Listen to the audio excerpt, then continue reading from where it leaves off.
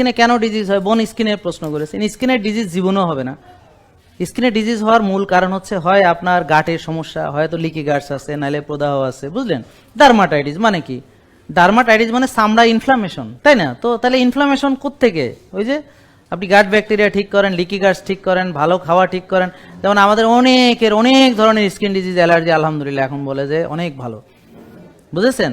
তাহলে এই যে রোগী, আমি কি বললাম, রোগ নিয়ে কথা বলবো না, আপনার আচার আচরণ, জীবন বিধান এবং আপনার অবস্থান নিয়ে কথা বলবেন, যে আপনি মানেন কি, আপনার স্কিন ডিজিজ মানে কি, আপনি কি খান, সয়াবিন তেল কি এখনো খাচ্ছেন, আপনি রাত জাগেন, আপনি টেনশন করেন, আপনি দুশ্চিন্তা করেন, আপনি ব্যায়াম করেন, আপনি রোদে যান, আপনার ঘুম ঠিক আছে, আপনার নেগেটিভ চিন্তা আসে কিনা, অতীত নিয়ে বাজে ভাবনা ভাবেন কিনা, মেজাজ খারাপ করেন কিনা, পোলা পানলে ঝাড়ি মারেন কিনা, জামার সাথে কি ব্যবহার করেন, সব আসবে। এটা হলো আপনার স্কিন ডিজিজ। এবার আপনি মিলায় নেন যে আপনার সব কটা আছে না?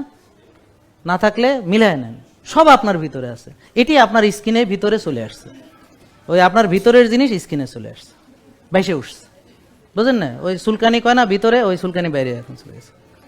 সেই জন্য আপনারা দয়া করে ভিতরের চুলকানি কমান, বাইরেরটা ঠিক হবে। তো ভিতর থেকে সব আসে, মনে রাখবেন, আপনার ভেতরে সব। তাহলে ভালোটা আবার ভেতর থেকে হইতে হবে।